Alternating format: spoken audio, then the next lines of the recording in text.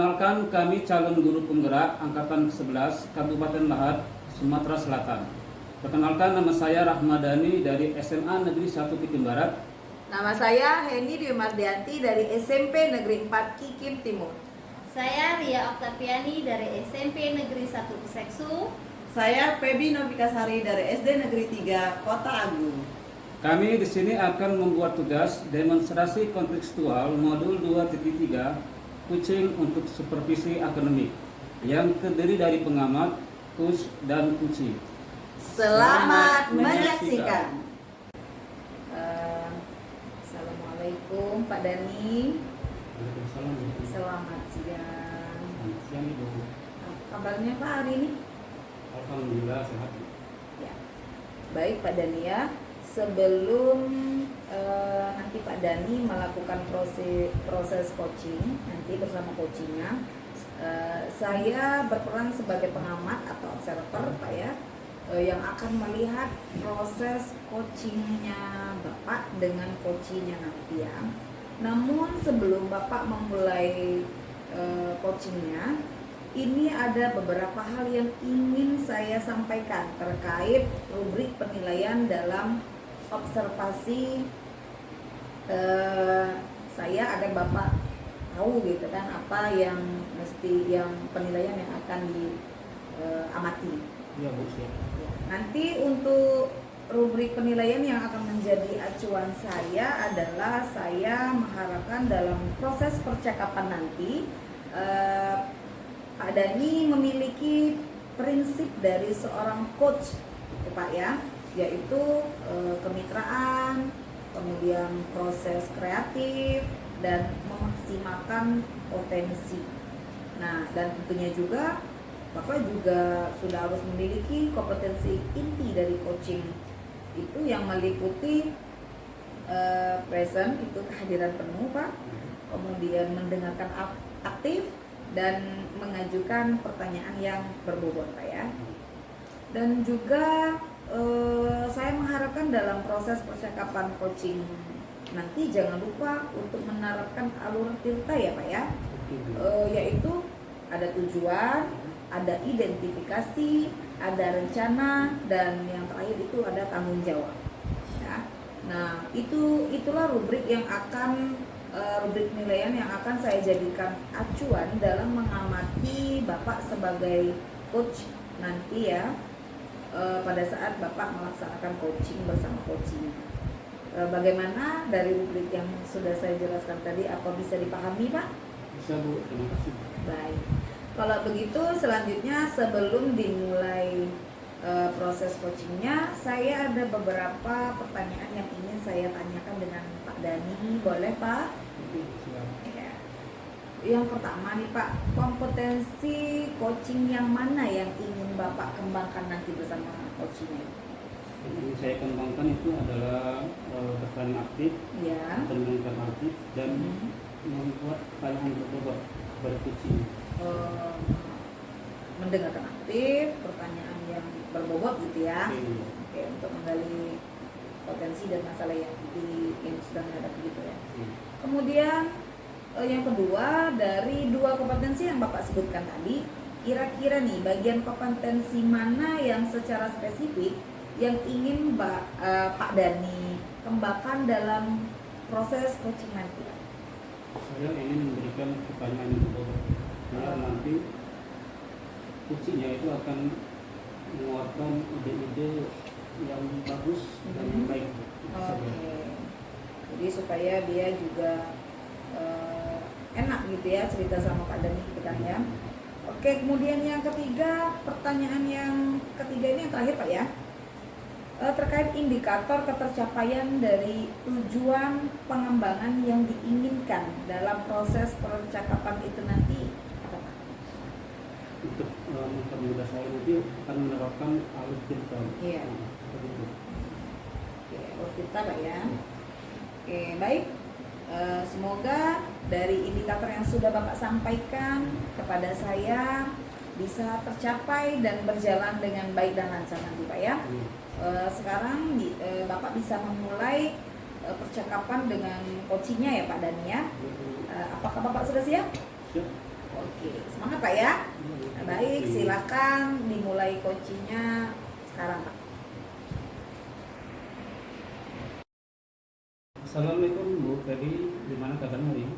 Waalaikumsalam Pak Dani, alhamdulillah baik Pak. Tapi saya punya sedikit unek-unek atau yang mengganjal di diri saya Pak, yang ingin saya sampaikan ke Pak Dani. Mungkin Pak Dani bisa membantu, saya ingin sharing ke Pak Dani gitu Pak Dani. Kalau boleh Ibu sharing saya, kira-kira apa yang masalahnya? Begini Pak Dani ya, saya itu mengajar di kelas 4.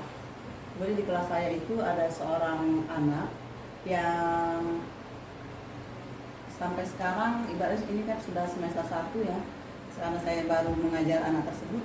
Jadi anak tersebut belum bisa membaca Pak Dani. Jadi anak tersebut cuma baru bisa ibaratnya menyambungkan sedikit-sedikit kata gitu. Oke Bu ya, kalau boleh saya tahu penyebabnya apa tuh? Siswanya bisa membaca seperti itu, karena kan sudah kelas 4. Iya. Ya. Mm-mm. Itu gimana? Mungkin penyebab utamanya itu Pak dari faktor keluarga mungkin Pak ya. Yang pertama itu karena anak tersebut ada anak broken home, dari kedua orang tuanya yang ibaratnya pisah. Nah, anak tersebut sekarang tinggal dengan neneknya yang sudah tua, dan nenek tersebut mungkin tidak bisa baca tulis. Jadi anak tersebut dari kecil tinggal sama neneknya. Jadi mungkin anak tersebut tidak bisa membaca atau menulis karena ibaratnya itu tuh tidak ada bantuan mengajar. Ibaratnya kalau dari sekolah, pulang sekolah kan kita biasanya dibantu oleh orang tua kan belajar membaca kalau anak dari kelas 1 sampai kelas 2. Nah mungkin anak tersebut itu dibiarkan saja oleh neneknya tersebut. Oh iya Bu ya, cuma itu bagus sekali jawabannya. Jadi dari yang Ibu katakan tadi, berarti ada faktor keluarga. Iya. Menurut Ibu, permasalahan anak seperti ini yang tidak bisa membaca, untuk kalau diambil level angka 1 sampai 10 itu kira-kira level berapa? Kalau menurut saya untuk anak tersebut mau saya kasih level 4 mungkin Pak ya, karena anak tersebut benar-benar belum bisa membaca gitu Pak. Jadi masih kurang sekali, sehingga untuk menerima materi pembelajaran yang kita berikan itu ya sangat susah ya Pak ya. Oke Bu ya, jadi itu kira-kira levelnya ya. Nah, Iya. alasan kita seperti itu. Nah, melihat kondisi anak seperti ini juga, apalagi kalau di anak SD itu kan basal. Iya. Nah, menurut Ibu itu kedepannya bagaimana rencana Ibu untuk mengatasi masalah anak seperti itu? Strateginya Pak ya. Ya, strategi Mungkin rencana. strategi rencana yang akan saya lakukan Pak ya, setiap jam istirahat saya akan memanggil anak tersebut ke perpustakaan. Ya. Kemudian di sana saya akan membantu anak tersebut untuk belajar membaca setiap hari itu Pak, setiap jam istirahat, selain hari Minggu. Nah, Bu ya kan pasti yang ya, biasanya kan anak seperti itu pastinya kurang. Iya. Bagaimana itu meningkatkan semangat belajarnya? Walaupun nanti itu kan punya rencana sendiri kan, Iya. seperti tadi Bu ya.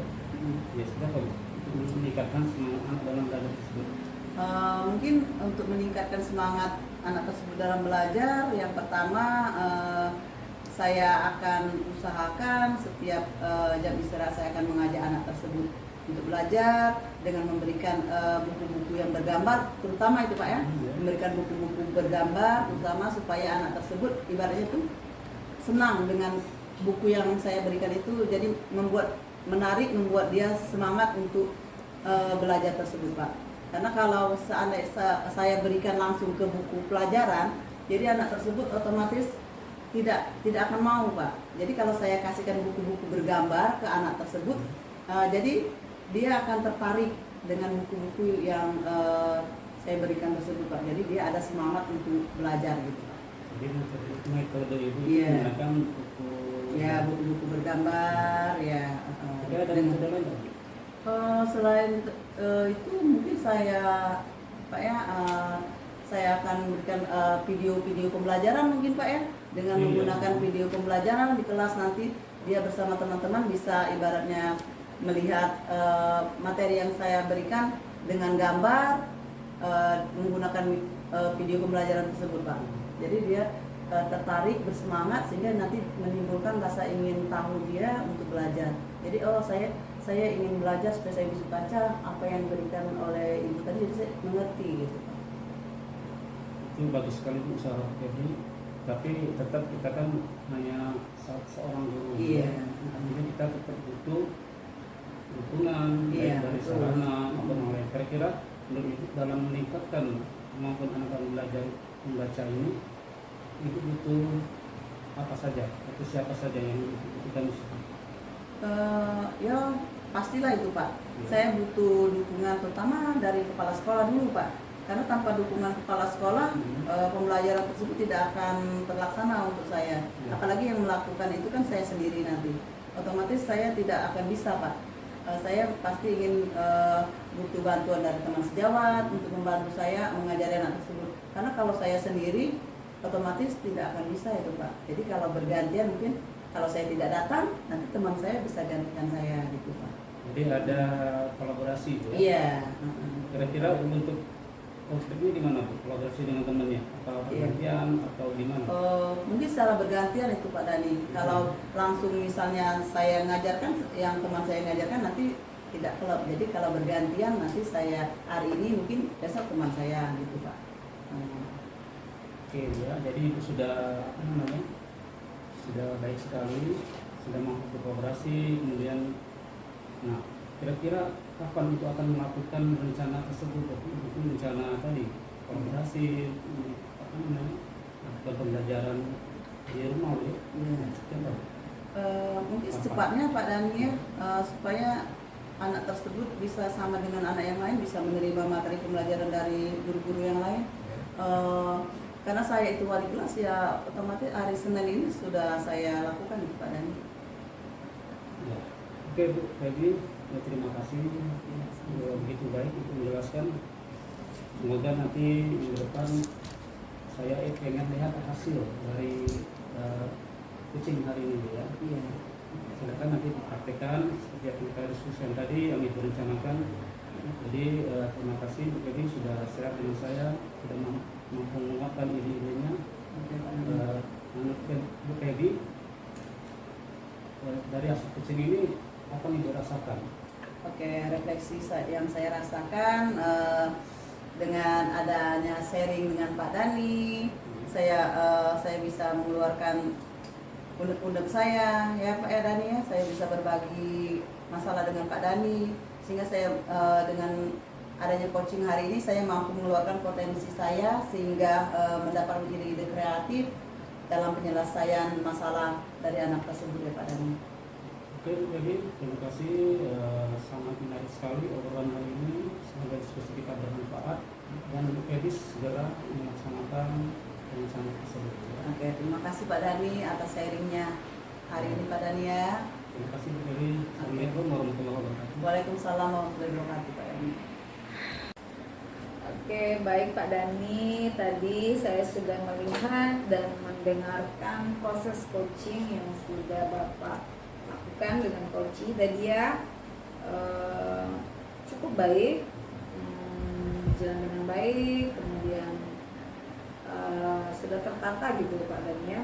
Tetapi di sini ada beberapa catatan, namun belum akan saya sampaikan karena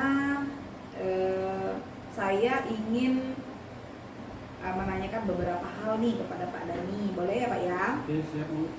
Oke, untuk pertanyaan yang pertama, apa yang sudah Bapak lakukan saat melakukan coaching dan juga apa hal yang menjadi indikator ketercapaian dari proses coaching yang sudah Bapak lakukan? Ya. Menurut saya sudah melakukan prinsip coaching ya. Pertama itu kemitraan, kemudian kreatif, kemudian mampu maksimalkan potensi diskusi dengan penyampaian yang berbobot, kemudian kompetensi inti saya terapkan adalah mendengarkan dengan aktif. Ya. Itu Pak Dani ya. Ya, dari apa yang Pak Dani sampaikan tadi, memang sudah sesuai menurut pengamatan saya gitu ya, sudah sesuai dengan apa yang ada di catatan saya Pak Dani. Nah jadi di catatan saya ini bahwa Bapak sudah melakukan prinsip coaching, yaitu kemitraan di mana antara coachee dengan coachnya Bapak gitu kan berbicara dengan nyaman, gitu, nyambung gitu Pak ya, sehingga coachee Bapak tadi bisa menemukan ide-ide kreatifnya dan kemudian dia juga bisa menemukan solusinya gitu Pak ya. Jadi dari kemitraannya sudah ada, proses kreatifnya juga sudah ada, dan juga memaksimalkan potensinya. Kemudian kompetensi inti yang tadi Bapak sebutkan yaitu mendengarkan aktif dan pertanyaan yang berbobot juga sudah Bapak laksanakan. Ya, dari pertanyaan-pertanyaan yang sudah Bapak ajukan kepada coachingnya tadi sehingga coaching bisa menemukan solusi dan ide kreatifnya. Nah, yang paling penting di catatan saya ini bahwa pada saat coaching tadi Bapak sudah menerapkan alur Tirta nih Pak Dani ya.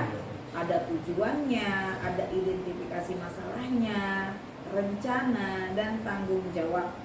Jadi kalau saya simpulkan secara keseluruhan menurut saya Bapak sudah melakukan proses coaching ini dengan sangat baik Pak Dani. Nah yang terakhir ini Pak, setelah ini kompetensi apa nih? Kompetensi apa lagi yang ingin Bapak kembangkan berdasarkan proses coaching yang tadi sudah Bapak lakukan? Kira-kira apa lagi nih Pak? Saya Bu, mungkin masih kekurangan saya adalah kehadiran seni, Kehadiran passion seni. itu kan saya tingkatkan agar nanti benar-benar bisa menggali lagi ide-ide kreatif dari kunci yang share sama saya atau diskusi dengan saya. Oke, baik Pak. Semoga nanti kedepannya Bapak bisa segera memaksimalkan diri Bapak untuk kompetensi-kompetensi lain gitu ya, agar semakin memahami ketika memberikan sebuah pelayanan coaching terhadap coachingnya Pak. Semoga proses ini bisa bermanfaat dan menjadi pengalaman baik untuk kedepannya dalam menghadapi proses coaching ya, dengan tetap berpegang teguh pada alur Tirta ya Pak Dani ya.